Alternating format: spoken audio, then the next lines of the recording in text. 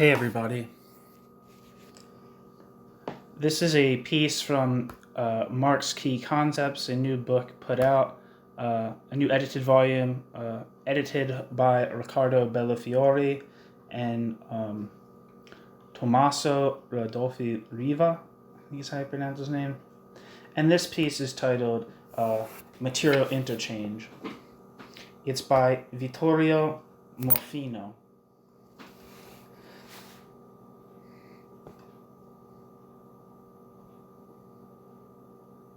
It's translated by a Dave Messing. Section 1, Introduction. In the brief space of this chapter, I propose an analysis of Marx's reference to Lucretius and Darwin in Capital, Volume 1. I don't know who Lucretius is. Lucretius, poet and philosopher. Looks like it's Lucretius, I guess is how you say it. Titus Lucretius Carus lived from circa 99 to 55 BC, was a Roman poet and philosopher. His only known work is the philosophical poem De Rerum Natura, a didactic work about the tenets and philosophy of Epicureanism, which usually is translated into English as On the Nature of Things and somewhat less often as On the Nature of the Universe. Very little is known about Lucretius's life. The only certainty is that Lucretius was either a friend or client of Gaius Memmius, to whom the poem was addressed and dedicated. De Rerum Natura was a considerable influence on the Augustan poets, particularly Virgil, in his Aeneid and Georgics, and to a lesser extent in the Eclogues and Horace.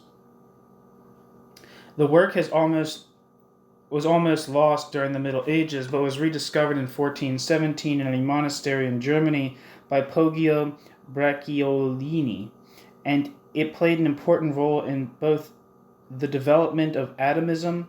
Lucretius was an important influence on Pierre Gassendi, and the efforts of various figures of the Enlightenment era to construct a new Christian humanism.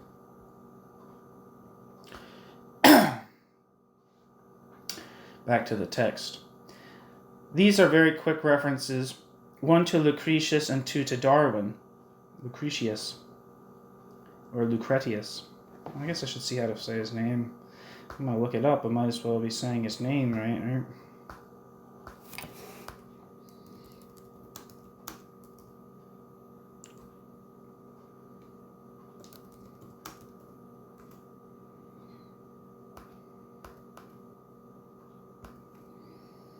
I'm assuming that name would have been spoken in Latin. Lucretius. Lucretius. Lucretius. Lucretius.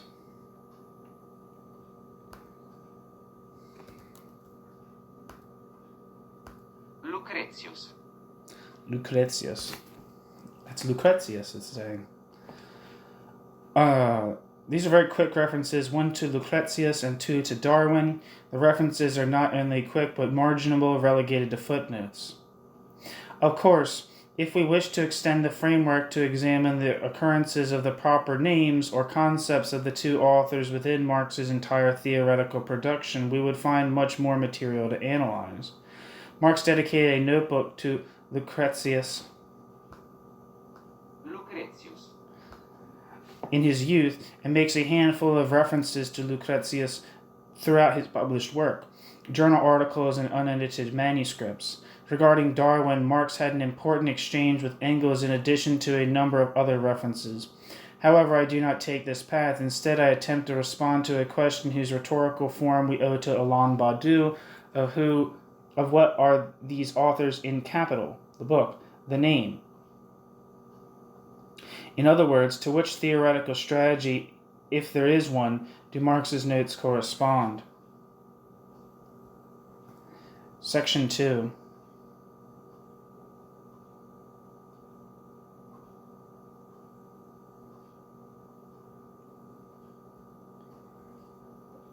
Note on Lucretius in Chapter 7. Marx cites Lucretius in a note added to Chapter 7 of the 1872 second edition of Capital on the rate of surplus value.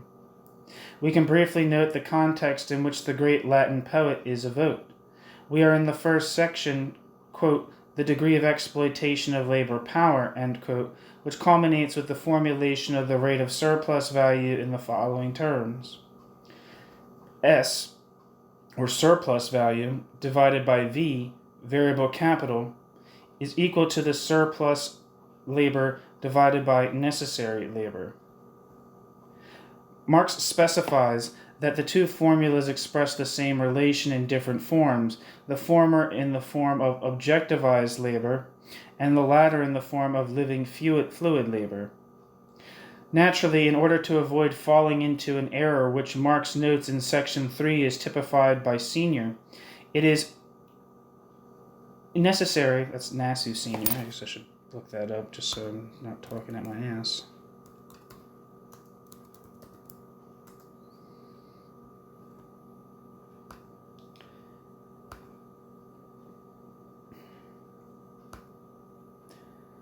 Nasu William Sr. lived from 1790 to 1894 and was an English lawyer known as an economist.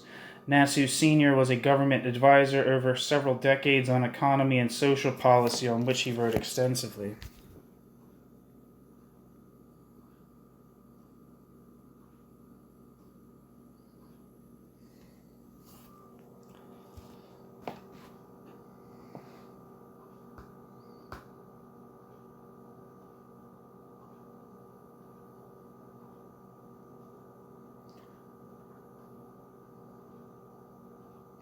Marx specifies that the two formulas express the same relation.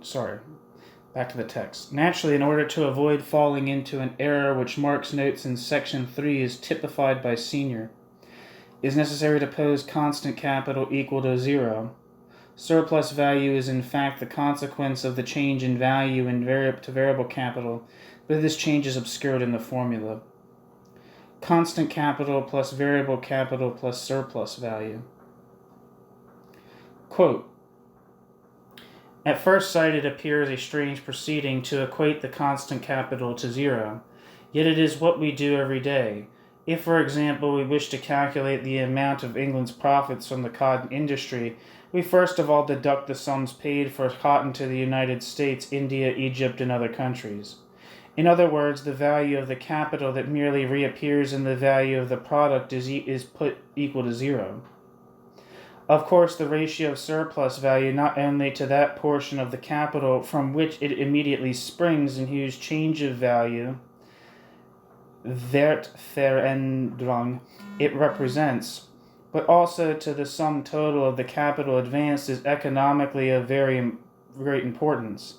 In order to enable one portion of a capital to expand its value by being converted, Umsatz, into labor power, it is necessary that another portion be converted, verwandelt werden, into means of production.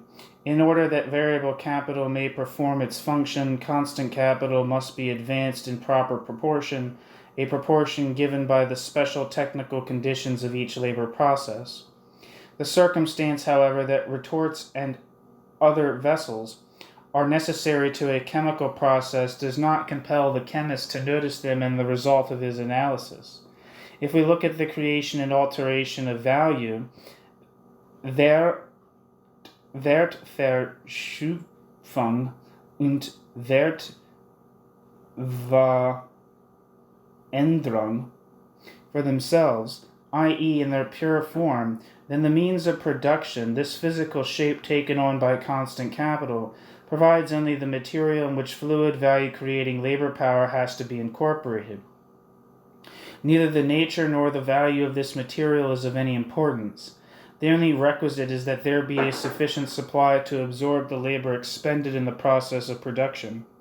That supply once given, the material may rise or fall in value, or even be as land in the sea without any value in itself.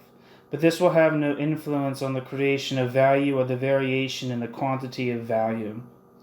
Der Prozess der Wertschöpfung und Wertveränderung. Marx. 1867, end quote, capital. At the end of this passage, for the second edition published in 1872, Marx adds the following note. Quote, what Lucretius says is self-evident. Quote, nil posse creri de nihilo. What the hell does that mean?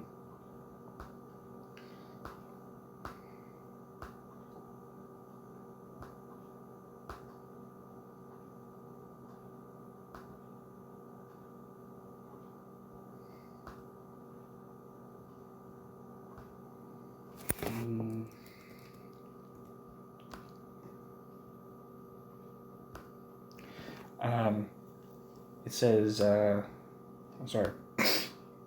quote, what Lucretius says is self-evident.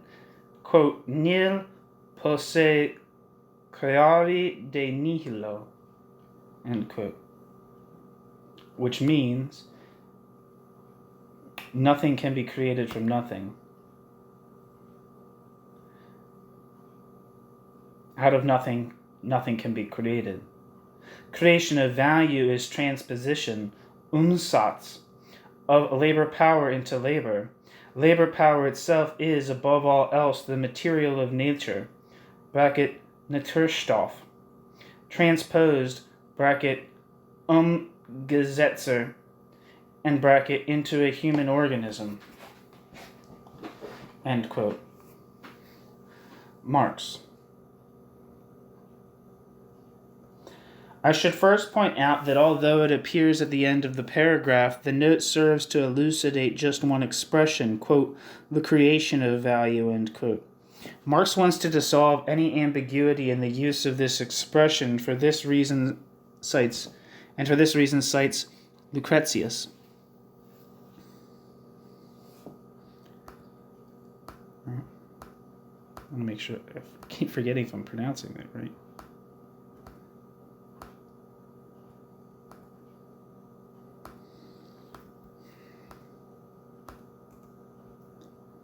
Lucretius. Lucretius.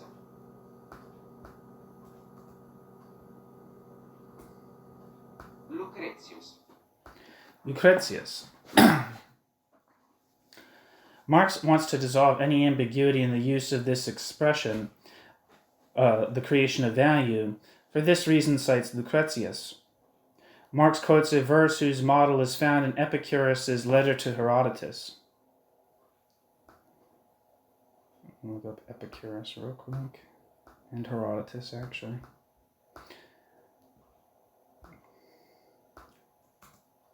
Epicurus lived from 341 to 270 BC, was an ancient Greek philosopher and sage who founded Epicureanism, a highly influential school of philosophy. Epicurus was born on the Greek island of Samos to Athenian parents. Influenced by Democritus, Aristippus, Pyrrho, and possibly the Cynics, Epicurus turned against the Platonism of his day and established his own school known as, quote, the Garden, end quote, in Athens. Epicurus and his followers were known for eating simple meals and discussing a wide range of philosophical subjects. He openly allowed women and slaves to join the school as a matter of policy. Over the over 300 works said to have been written by Epicurus about various subjects, the vast majority have been destroyed. Only 3 letters written by Epicurus, the letters of Menoesus, Pythocles, and Herodotus, and 2 collections of quotes, the Principal Doctrines and the Vatican Sayings, have survived intact, along with a few fragments of Epicurus' other writings. As a result of his work's destruction, most knowledge about his philosophy is due to later authors, particularly the biographer Diogenes Laertius, the Epicurean Roman poet Lucretius, and the Epicurean philosopher Philodemus, as well as the hostile but largely accurate accounts of the Pyrrhonist philosopher Sextus Empiricus and the academic skeptic and statesman Cicero. Epicurus asserted that philosophy's purpose is to attain as well as to help others attain happy, eudaimonic, tranquil lives characterized by ataraxia, peace and freedom from fear, and aponia, the absence of pain. Epicurus advocated that people were best able to pursue philosophy by living a self-sufficient life surrounded by friends. He taught that the root of all human neuroses is denial of death and the tendency for human beings to assume that death will be horrific and painful, which Epicurus claimed causes unnecessary anxiety, selfish self-protective behaviors, and hypocrisy.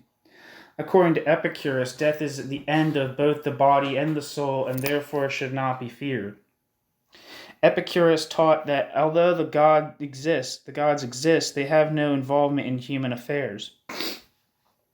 Epicurus taught that people should act ethically not because the gods punish or reward them for their actions, but because, due to the power of guilt, amoral behavior would inevitably lead to remorse weighing on their consciences, and as a result they would be prevented from attaining ataraxia. Epicurus derived much of his physics and cosmology from the earlier philosopher Democritus, circa 460 to circa 370 BC. Like Democritus, Epicurus taught that the universe is infinite and eternal, and that all matter is made up of extremely tiny invisible particles known as atoms.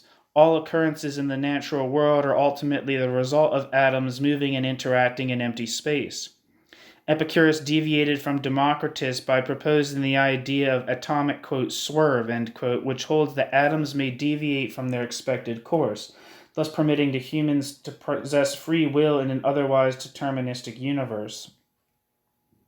Though popular, Epicurean teachings were controversial from the beginning.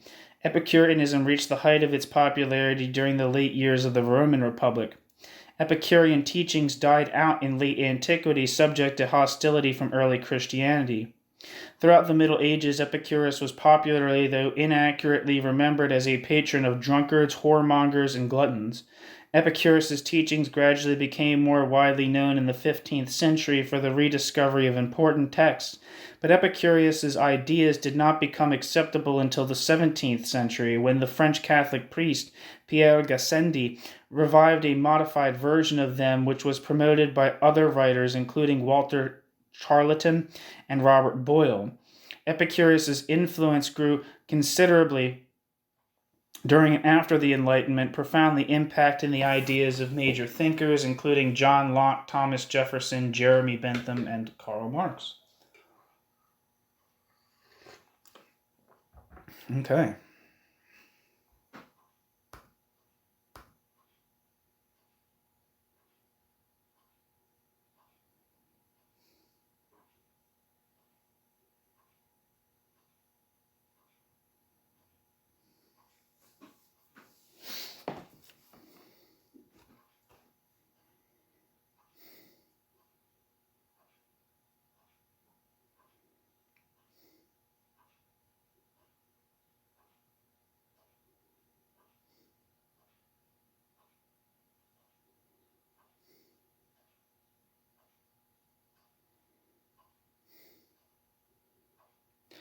Anyway, back to the text.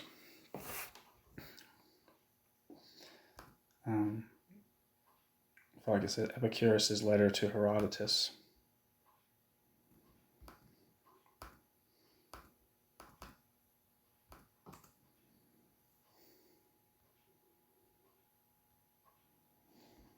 I'm going to look up Herodotus, sorry. I always forget these people. You know, in one ear, out the other. When I read about these, when like learning anything about like the ancient world, I'm just like, oh, cool, and then I forget it. So I got a review. Sorry.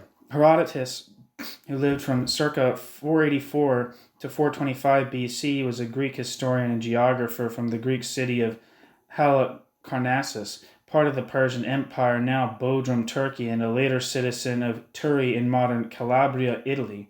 He is known for having written the Histories, a detailed account of the Greco-Persian Wars. Oh yeah, why did I fucking forget that he was like the big first historian? God, that's embarrassing. Herodotus was the first writer to perform systematic investigation of historical events. Herodotus has been described as the, quote, father of history, end quote, a title conferred on Herodotus by the ancient Roman orator Cicero. The histories primarily cover the lives of prominent kings and famous battles such as Marathon, Thermopylae, Artemisium, Salamis, Plataea, and Mycala. Herodotus's works deviates from the main topics to provide a cultural, ethnographical, geographical, and historiographical background that forms an essential part of the narrative and provides readers with a wellspring of additional information. Herodotus has been criticized for his inclusion of, quote, legends and fanciful accounts, end quote, in his works. The contemporary historian Thucydides accused Herodotus of making up stories for entertainment. However, Herodotus explained that he reported what he could see and was told. A sizable portion of the histories has since been confirmed by modern historians and archaeologists. All right, so now we can get back to the text. Marx quotes a verse whose model is found in Epicurus's letter to Herodotus, but at the same time it is a broader reference to a group of verses that immediately follow the praise of Epicurus, who was first to challenge with his philosophy the religion which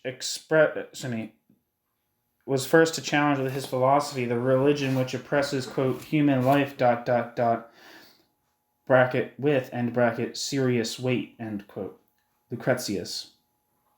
At the heart of Epicurean philosophy, there are, quote, the first beginnings of things, from which nature makes all things, and increases and nourishes them, and into which the same nature again reduces them when dissolved, end quote.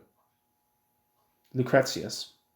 With this, the darkness of religion, which Lucretius exemplifies through the sacrifice of Iphigenia, can be driven away. Quote, this terror of mind, therefore, in this gloom, must be dispelled not by the sun's rays or the bright shafts of day, but by the aspects and law of nature. The aspect and law of nature. The first principle of our study will derive from this, that no thing is ever by divine power produced from nothing. For assuredly a dread holds all mortals thus in bond, because they behold many things happening in heaven and earth, whose causes they can by no means see, and they think them to be done by divine power. For which reasons, when we shall perceive that nothing can be created from nothing, then we shall at once more correctly understand, from that principle what we are seeking, both the course from which each thing can be made, and the manner in which everything is done without the working of gods. For if things came out of nothing, si de nihilo fierent, all kinds of things could be produced. From all things nothing would want to a seed. End quote, Lucretius. Lucretius's principle, unlike the Epicurean model, is forcefully played as anti-religious. It is the fundamental principle of reason whose force is capable of dispersing the darkness of ignorance from which religion arises. This principle is based on the fact that everything in nature has its own determinate origin, its own rhythm, its regularities, the specificity of seeds from which determinate beings arise, the determinate times in which the birth and growth of these beings are possible. Quote, but if things came from nothing, si de nihilo fierent, suddenly they would arise at uncertain intervals and at unsuitable times of the year. Naturally, for there would be no first beginnings to be restrained from generative union by the unfavorable season. Nor, furthermore, would time be needed for the growth of things, for seeds to collect if they could grow from nothing. A fixed material is assigned for making things, from which what can arise is fixed. Therefore we must confess that nothing can come from nothing. Nil igitur fieri de nihilo. Since all things must have seed, from each being created, may be brought forth into the soft breezes of air. End quote. Lucretius, 1975. Well, not 1875, but I guess it's the book that it's published in. Lucretius's argument works to demonstrate the existence of primordial elements from whose combination all natural beings are generated, a certain determinate combination in which the boundary between possible and impossible lies. In Marx, the citation of Lucretius plays the role of a powerful rationalist and materialist watchword. A watchword recalled a little less than a century earlier in the inaugural move of the pantheism strike. The pantheism debate or battle.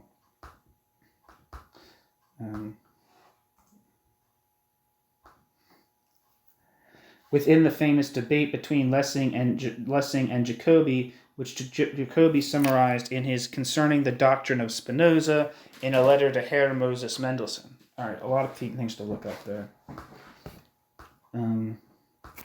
Pantheism controversy. The pantheism controversy, also known as Spinozismus strike or Spinoza strike, refers to the 1780s debates in German intellectual life that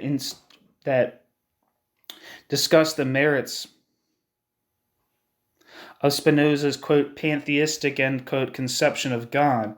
What became a wider cultural debate in German society started as a personal disagreement between Friedrich Heinrich Jacobi and Moses Mendelssohn over their understanding of Gotthold Ephraim Lessing's Spinozist beliefs. The difference of opinion became a wider public controversy when, in 1785, Jacobi published his correspondence with Mendelssohn. This started a series of public discussions on the matter. Benjamin Crow of Boston University stated in a 2008 paper that, quote, the leading luminaries of late 18th and early 19th century German letters, people such as Herder, Goethe, Hegel, Schelling, and Schleiermacher, all in one way or another, were shaped by the, quote, pantheism controversy, end quote, end quote. And in Michael Forster's words in 2010, quote, during the last quarter or so of the 18th century, and then well into the 19th century, a wave of neo-Spinozism swept through German philosophy and literature. In addition to Lessing and Herder, further neo-Spinozists include Goethe, Schelling, Hegel, Schleiermacher, Hölderlin, Novalis, and Friedrich Schlegel. This wave was largely the result of Herder's embrace of neo-Spinozism in God, Some Conversations, and in Goethe's case, Herder's sympathy with Spinozism even before that work. Okay.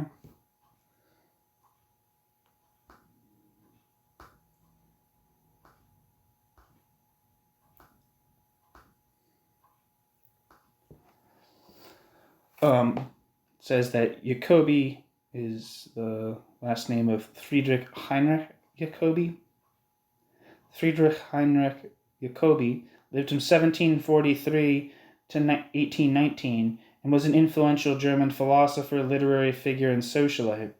He is notable for popularizing nihilism, a term coined by Obereit in 1787, and promoting it as the prime fault of Enlightenment thought, particularly in the philosophical systems of Baruch Spinoza, Immanuel Kant, Johann Fichte, and Friedrich Schelling.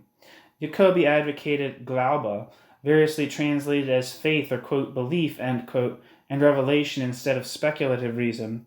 In this sense, Jacobi can be seen to have anticipated present-day writers who criticize secular philosophy as relativistic and dangerous for religious faith.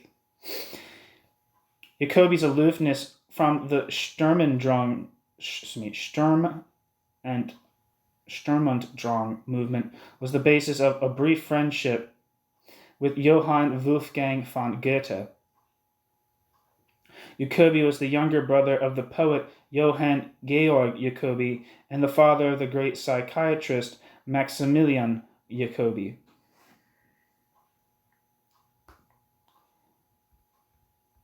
Moses Mendelssohn, who lived from 1729 to 1786, was a German Jewish philosopher and theologian.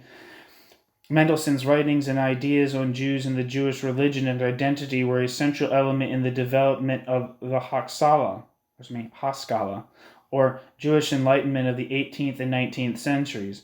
Born to a poor Jewish family in Dessau, Principality of Anhalt, and originally destined for a rabbinical career, Mendelssohn educated himself in German thought and literature. Through his writings on philosophy and religion, Mendelssohn came to be regarded as a leading cultural figure of his time by both Christian and Jewish inhabitants of German-speaking Europe and beyond. Mendelssohn's involvement in the Berlin textile industry formed the foundation of his family's wealth. Mendelssohn's descendants include the composers Fanny and Felix Mendelssohn, Felix's son, chemist Paul Mendelssohn Bartholdy, Fanny's grandsons Paul and Kurt Hensel, and the founders of the Mendelssohn & Co. banking house.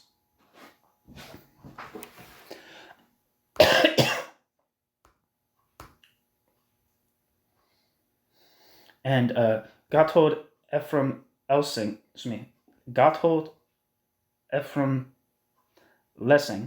lived from 1729 to 1781 and was a German philosopher, dramatist, publicist, and art critic, and a representative of the Enlightenment era.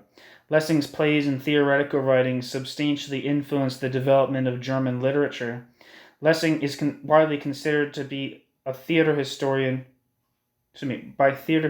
to be the first dramaturg in his role as Abel Seyler's Hamburg National Theater.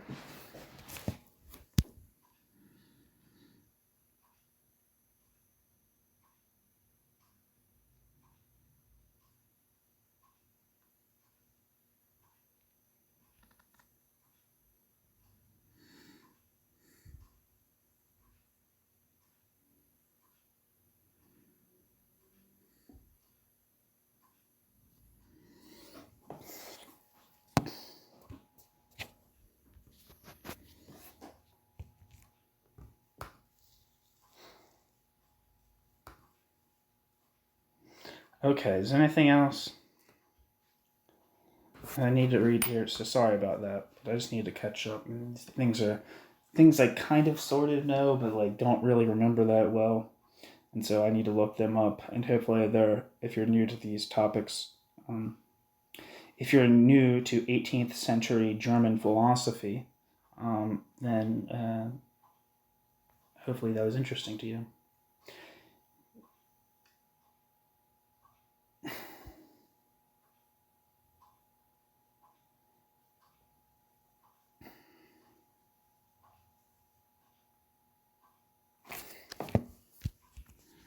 One second. I'm just getting a text real quick. It's important.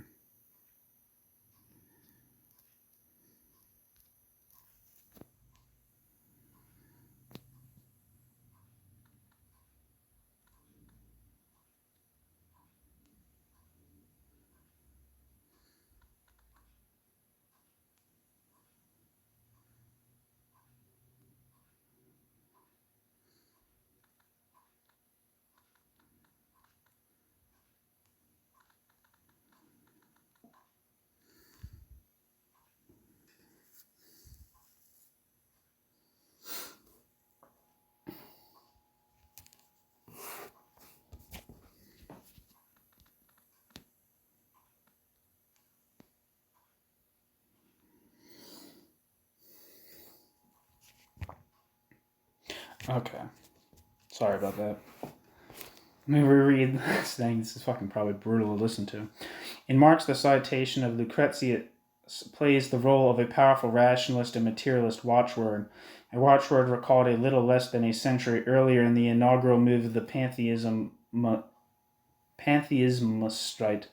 within the famous debate between Lessing and Jacobi, which Jacobi summarized in his Concerning the Doctrine of Spinoza in Letters to Herr Moses Mendelssohn. Here is the decisive passage, quote, I have come to talk to you about my Henkai pan. Yesterday you were frightened. I, bracket, Jacobi, and bracket, you surprised me, and I may indeed have blushed and gone pale, for I felt bewilderment in me. Fright it was not. To be sure, there is nothing that I would have suspected less than to find a Spinozist or a pantheist in you. And you blurted it out to me so suddenly. In the main, I had come to get help from you against Lessing. Oh, good. So you do know him. So it's like Lessing speaking now. Okay, this is kind of like a play dialogue almost. Lessing. Oh, so you do know him. Jacobi. I think I know him as only very few can ever have known him. Lessing. Then there is no help for you. Become his friend all the way instead. There is no other philosophy than the philosophy of Spinoza. Jacobi. That might be true. For the determinist, if he wants to be consistent, must become a fatalist. The rest then follows by itself. Lessing. I see that we understand one another. I am all the more anxious to hear what you hold to be the spirit of Spinozism. I mean the spirit that inspired Spinoza himself. Jacobi. It is certainly none other than the ancient a nihilo nihil fit. And what's that mean? End quote, Jacobi, 1885.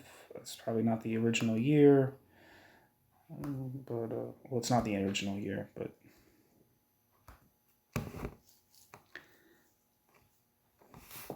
Anyway, end quote. Lessing identifies the principle of a nihilo nihil fit with the Geist des Spinozismus, spirit of Spinozism, a principle which comes from far away and is ancient against all religious prejudice, the materialist principle of causality. Footnote. The postscript to the second edition of Capital, Marx cites the polemic in a passage that is famous for other reasons.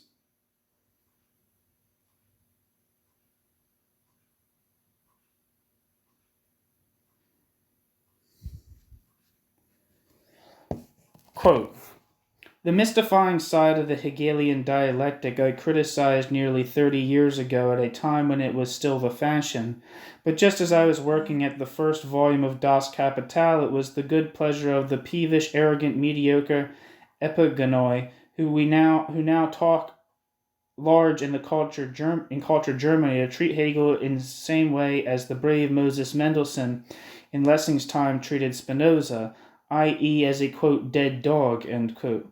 I therefore openly avowed myself the pupil of that mighty thinker, and even here and there, in the chapter on the theory of value, coquetted with the modes of expression peculiar to Hegel.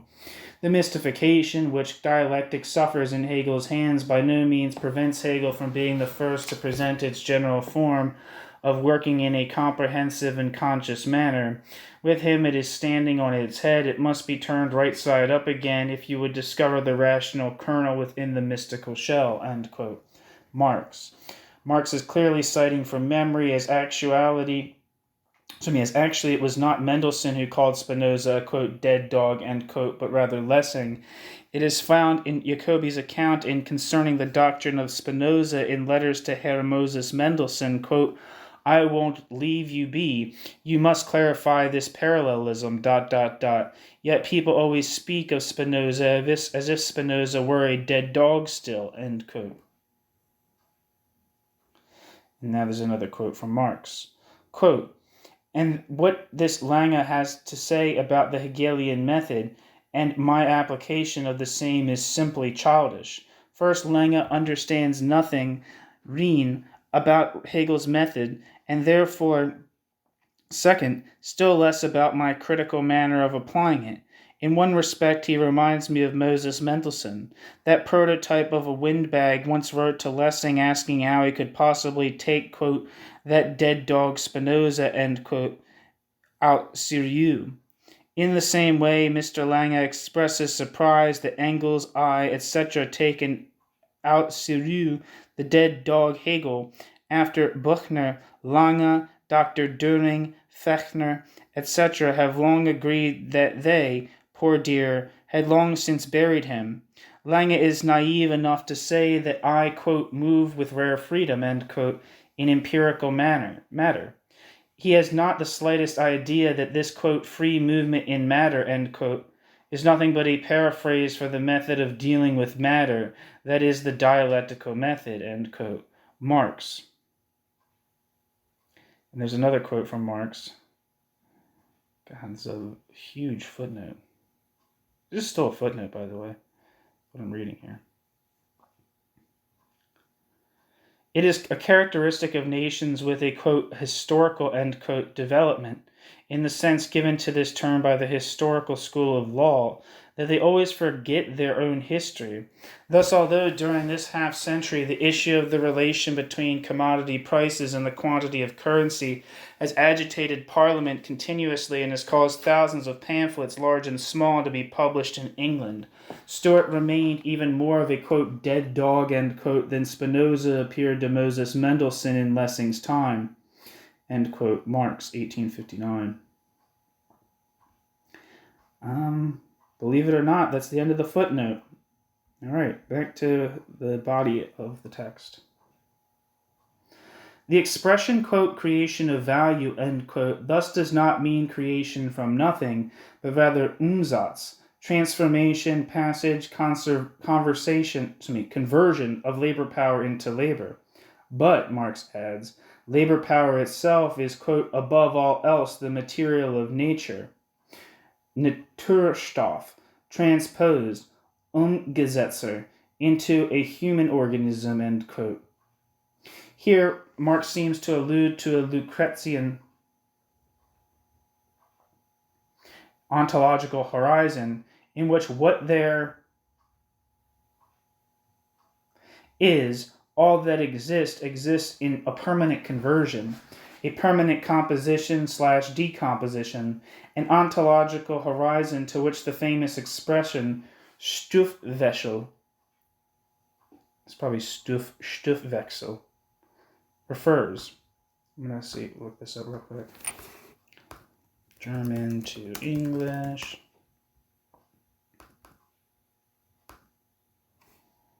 Metabolism.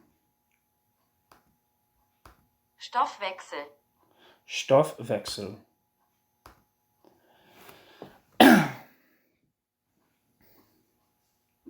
I'm going to repeat that sentence. Excuse me. Here, Marx seems to allude to a Lucretian ontological horizon in which what there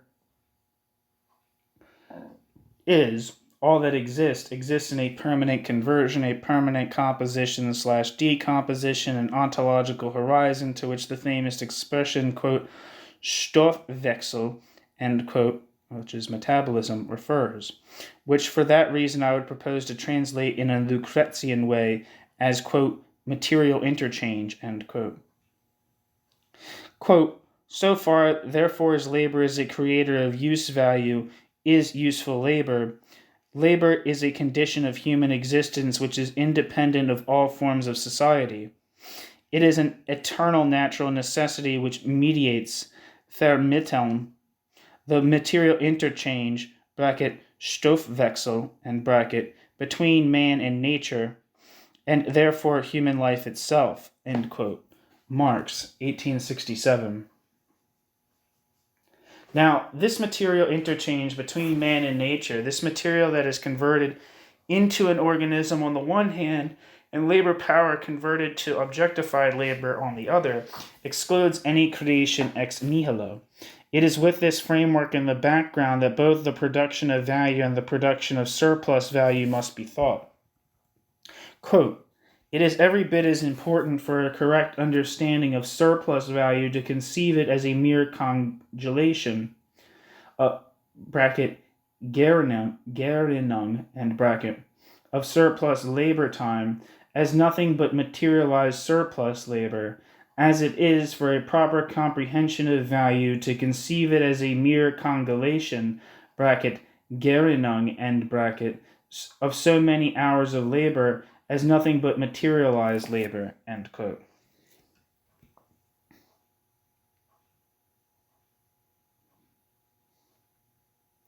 In other words, that what must be established through the principle ex nihilo nihil fit is precisely the link between the time of surplus labor and the creation of the time of surplus value and the creation of surplus value. Quote, during the second period of the labor process, that in which his labor is no longer necessary labor, The workman, it is true, labors, expends labor power, but his labor, being no longer necessary labor, he creates no value for himself. He creates surplus value, which for the capitalist has all the charms of a creation out of nothing. End quote. Marx. Capital. Section 3. The notes on Darwin.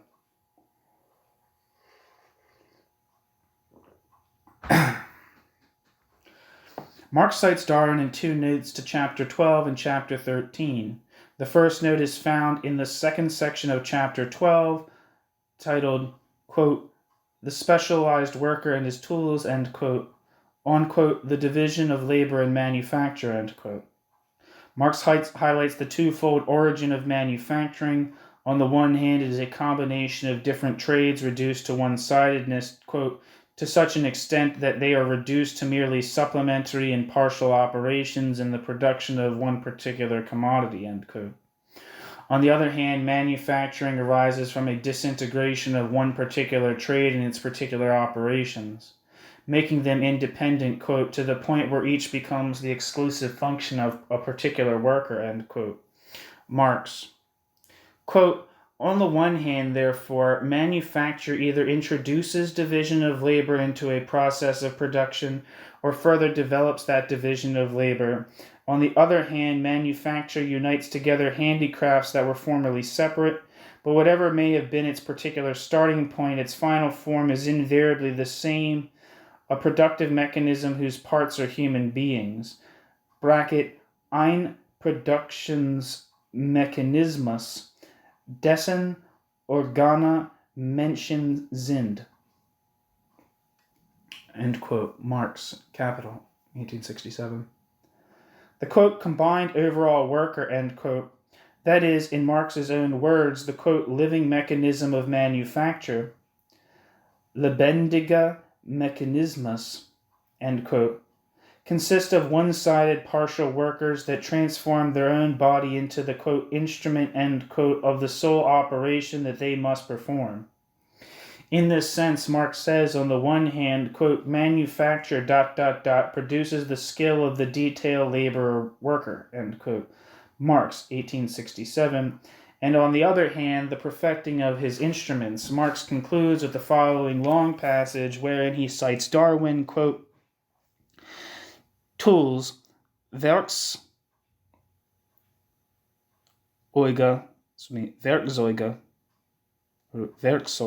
that's how you say it probably, of the same kind, such as knives, drills, gimlets, hammers, and co., may be employed in different processes, and the same tool may serve various purposes in a single process.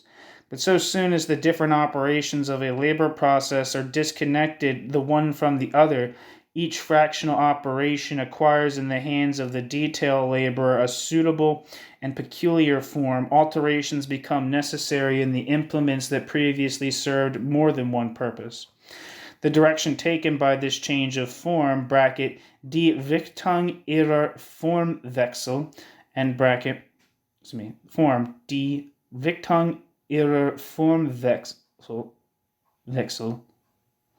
is determined by the difficulties experienced in consequence of the unchanged form, die unveränderte Form, of the implement. Manufacture is characterized by the differentiation of the instruments of labor, a differentiation whereby implements of a given sort acquire fixed shape, adapted to each particular application, and by the specialization of those instruments, giving to each special implement its full play only in the hands of a specific detail laborer. In Birmingham alone, 500 varieties of hammers are produced, and not only is each adapted to one particular process, but several varieties often serve exclusively for the different operations in one and the same process. The manufacturing period simplifies, improves, and multiplies the implements of labor by adapting them to the exclusively special function of each detail laborer. End quote. Marx. Capital. At the end of this passage, we find the reference to Darwin. Quote, "Darwin, in his epoch-making work on the origin of species, remarks with reference to the natural organs of plants and animals, quote, So long as one and the same organ has different kinds of work to perform, a ground for its changeability may possibly be found in this: that natural selection preserves or suppresses each small variation of form less carefully than if that organ were destined for one special purpose alone. Thus, knives that are adapted to cut all sorts of things may on the whole be of one shape, but an implement destined to be used exclusively in one way must have a different shape for every different use. End quote. Marx. No, sorry. End quote. Darwin. End quote. Marx. Capital. In this note, Marx finds in Darwin a parallelism between natural organ and technical instrument, which alludes to another parallelism between selection in the natural and socio-historical fields. The citation of this parallelism includes a long game of postponements, substitutions, and combinations of organicist and mechanist metaphors, including manufacturing as a production mechanism whose organs are humans, as a living mechanism which transforms the worker's body into an instrument, and finally the instrument of the worker's organ. Marx takes up this point in the opening section, quote, the development of machinery, end quote, of chapter 13, quote, machinery and large-scale industry, end quote. Here again the reference to Darwin lies in a footnote. The context is the distinction between manufacture and large-scale industry. In manufacture, the revolution in the mode of production has its starting point in labor power, while in the latter the starting point is the means of labor, which is transformed from instrument into machine. Quote, we are only concerned here, end quote, Marx specifies, quote, with striking and general characteristics, for epochs in the history of society are no more separated from each other by hard and fast lines of demarcation. Bracket, abstract, stringa, Grenzlinien, end bracket, then are geological, bracket, Erdgeschichte, end bracket, epochs, end quote.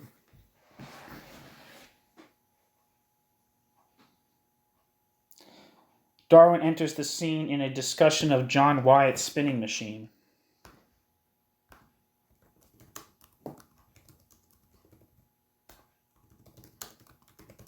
John Wyatt's spinning machine.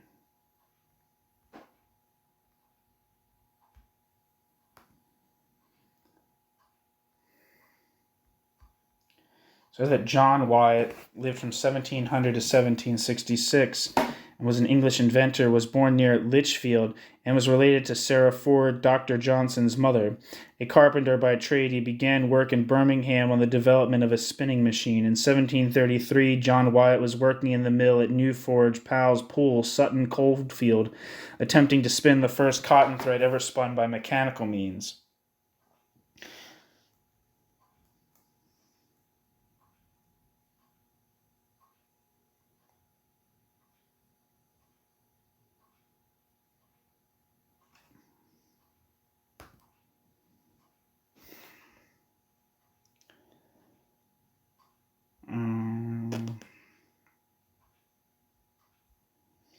Okay, here I found something. It's Lewis Paul and John Wyatt on the spinning machine.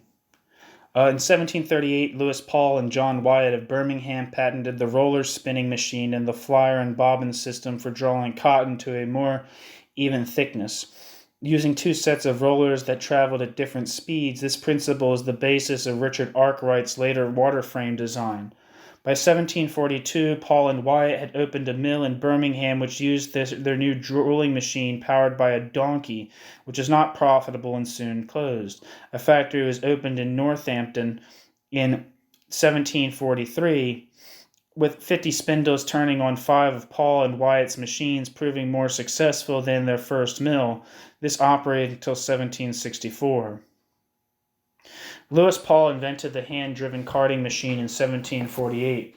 A coat of wire slips were placed around a card, which was then wrapped around a cylinder. Lewis's invention was later developed and improved by Richard Arkwright and Samuel Crompton, although the design came under suspicion after a fire at Daniel Bourne's factory in Leominster, which used Paul and Wyatt's spindles. Bourne produced a similar patent in the same year. Reverend John Dyer of Northampton recognized the importance of the Paul and Wyatt cotton spinning machine in a poem of 1757, quote, "A circular machine of new design. In conic shape, it draws and spins a thread, without the tedious toil of needless hands. A wheel invisible beneath the floor, to every member of the harmonious frame, gives necessary motion, one intent, overlooks the work, the carded wool," he says, "so smoothly lapped around those cylinders, which gently turning, yielded to yon curew of upright spindles, which with rapid whirl spin out in long extent and even twine." So that's John Wyatt. So back to the text. Darwin enters the scene in a discussion of John Wyatt's spinning machine. Quote, "Before his time, spinning machines, although very imperfect ones, had already been used, and Italy was probably the country of their first appearance. A critical history of technology, bracket, eine kritische Geschichte der Technologie, would show how little any of the inventions of the 18th century are the work of a single individual. Hitherto there is no such book. Darwin has interested us in the history of nature's technology, bracket, Geschichte der natürlichen Technologie, i.e., in the formation of the organs of plants and animals, which organs serve as instruments of production for sustaining life, bracket, auf die Bildung der Pflanzen und Terrororgane als Produktionsinstrumente für das Leben der Pflanzen und Tiere. Does not the history of the productive organs of men, of organs that are the material basis of all social organization, deserve equal attention? Die Bildungsgeschichte der produktiven Organe des Gesellschaftsmenschen, der materiellen Basis jeder besonderen Gesellschaftsorganisation. It would not such a... Alright, there's like a German quote every like 5 lines, so I'm not doing that. And would not such a history be easier to compile, since, as Vico says, human history differs from natural history in this, that we have made the former but not the latter? Technology discloses man's active dealing with nature, the process of production by which he sustains his life, and thereby also lays bare the mode of formation of his social relations and of the mental conceptions that flow from them. Every history of religion, even that fails to take account of this material basis, is uncritical. It is in reality much easier to discover by analysis the earthly core of the mystic creations of religion than conversely it is to develop from the actual relations of life the corresponding celestial forms, ihre Verhimmelten-Formen of those relations. The latter method of developing from the actual relations of life the corresponding celestial forms is the only materialistic and therefore the only scientific one. The weak point in the abstract materialism of natural science, a materialism that excludes history and history's process, are at once evident from the abstract and ideological conceptions of its spokesmen whenever they venture beyond the bounds of their own speciality. End quote. Marx, 1867. Again, the game of postponements and substitutions between mechanism and organicism, with Darwin's work as the model of a critical history of technology insofar as he is the author of a, quote, natural history of technology, end quote, and with organs as instruments and machines as organs. Final section. Conclusions. What is the meaning of these brief footnotes, these drops of intelligence within the ocean of capital? Of what are Lucretius and Darwin? Of what are Lucretius and Darwin the name? The question can be answered here on a scale from certain to conjectural.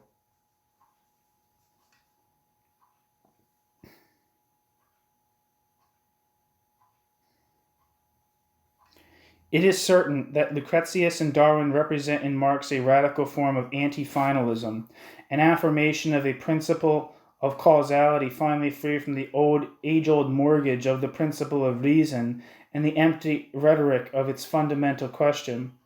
A clear philosophical stance for reason and science.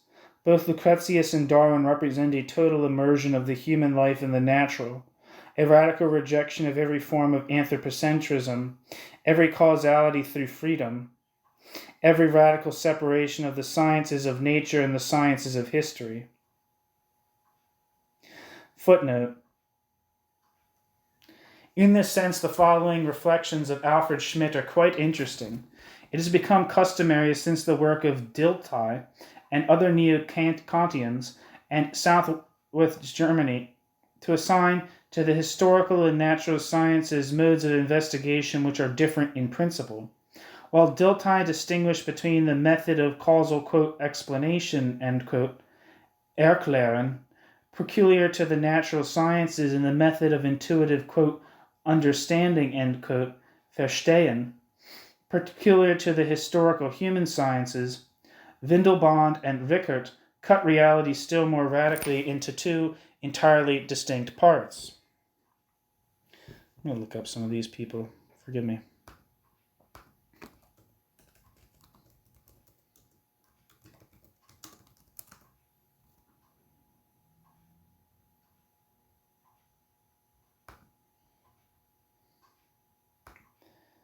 Alfred Schmidt, who lived from 1931 to 2012, was a German philosopher. That's not really telling you very much.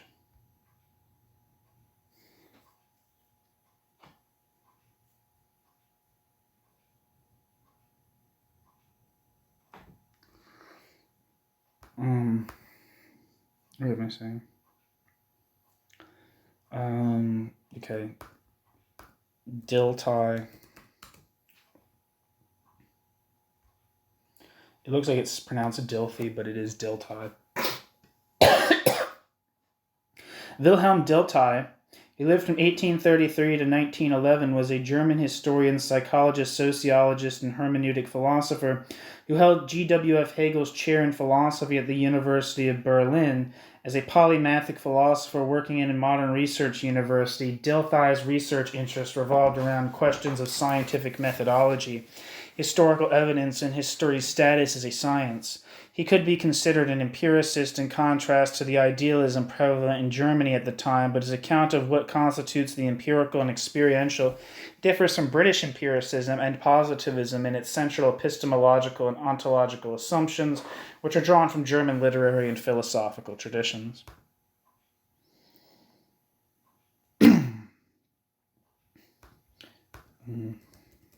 Windelband.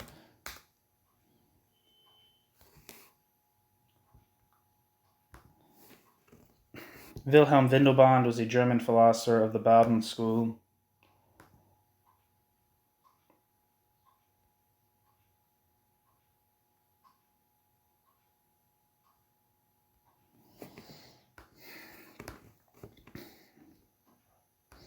There's nothing really else. Rickert, philosopher. Heinrich Rickert was a German philosopher, one of the leading neo-Kantians. Okay. So, while Dilthey distinguished between the method of causal, quote, explanation, end quote, Erklären, peculiar to the natural sciences, and the method of intuitive, quote, understanding, end quote, Verstehen, peculiar to the historical human sciences, Windelband and Rickert cut reality still more radically into two entirely distinct parts. Nature was conceived in Kantian fashion as the existence of things subject to laws. The, quote, nomothetic character of the natural sciences corresponded to this conception. History was said to consist of a profusion of value-oriented, basically unconnected, quote, individual, end quote, data, only accessible to a descriptive, quote, ideographic, end quote, method. It thus became something beyond all rational analysis. Marx admitted no division between nature and society, and hence no fundamental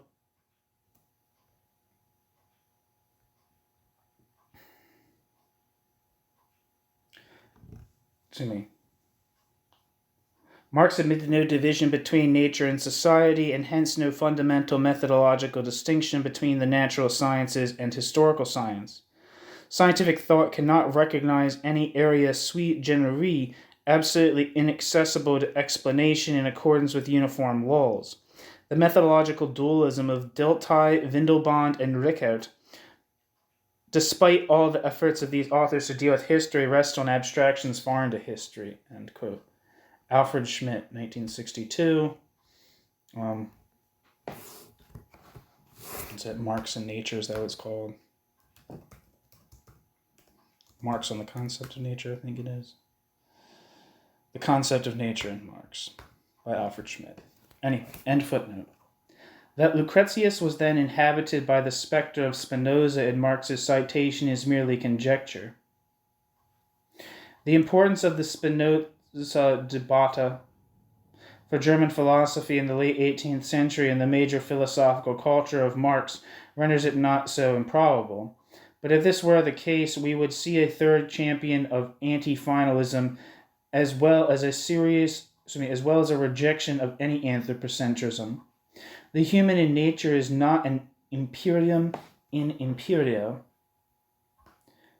I'm going to look that up.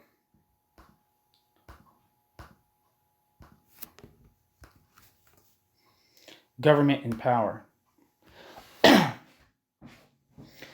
The human in nature is not a government in power. Naturally, the suggestion should not be taken in the reductionist sense of the historical to the natural, but rather in the sense of a materialism in which the levels of complexity and historicity are at the same time interconnected and irreducible, as Marx expressly says in the note identifying, quote, the weakness of abstract materialism of natural science, end quote, within, quote, the abstract and ideological conceptions expressed by its spokesmen whenever they venture beyond the bounds of their own specialty, end quote. Marx. And this brings us to the final conjecture. As is well known, the fundamental epistemological thesis announced by Althusser in From Capital to Marx's Philosophy sees Marx in his masterpiece grappling with a theoretical problem which he was not able to put in explicit terms, the problem of the efficacy of a structure on its elements, the problem of a structural causality. This is a problem which, according to Althusser, Marx undertakes in order to resolve it, quote, practically in the absence of its concept, with extraordinary ingenuity, but without completely avoiding a relapse into earlier schemata which were necessarily inadequate to pose and solve this problem, end quote. Althusser. These inadequate schemes are the two systems of concepts that modern philosophy has produced in order to think causality, the Cartesian mechanistic model and the Leibnizian expressive model. It could therefore be hypothesized that the proper names of Lucretius, with Spinoza behind him, and Darwin, as well as the concepts evoked by means of them, the concept of Umsatz, the parallel between animal organ and instrument, their reciprocal reference to natural sciences and historical social sciences, appear at the same time as a symptom of a difficulty and as a theoretical project, an attempt to think a mechanism that does not give up totality and an organicism that is not entangled in the mesh of a new, powerful teleological model, that of Hegelian internal finality. That this risk was not only effective but also difficult to avoid is clear from this 16th of January 1861 letter by Marx to Lassalle on Darwin's masterpiece. Quote, Darwin's book is very important and serves me as a basis in natural science for the class struggle in history. One has to put up with the crude English method of development, of course. Despite all deficiencies, not only is the death blow dealt here for the first time to, quote, teleology, end quote, in the natural sciences, but their rational meaning is empirically explained, end quote. Marx.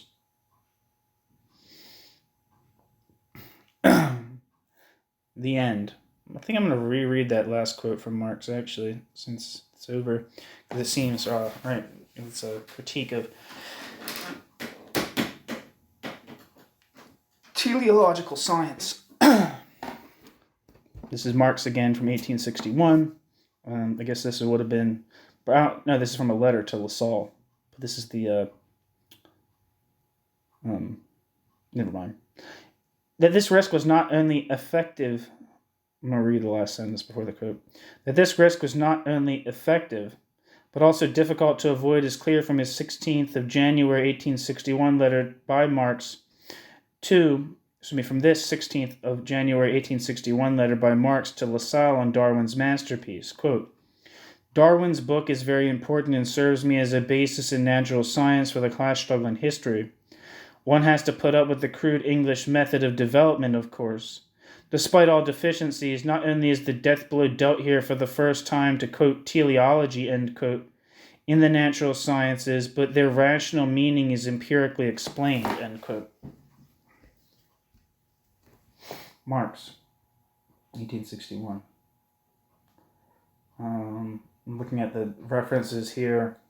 The first reference is to Althusser's The Object of Capital, which is from Reading Capital, the book by Althusser, which has pieces by, it says here, Althusser, Balibar, Establé, Rancière, Machiavelli, and Machiavelli. The next reference is to F.H. Jacobi concerning the doctrine of Spinoza in Letters to Herr Moses Mendelssohn. That's featured in De Giovanni's edited volume, The Main Philosophical Writings, and the novel All Will. The next is a piece by D. Lecour, but the title's in French.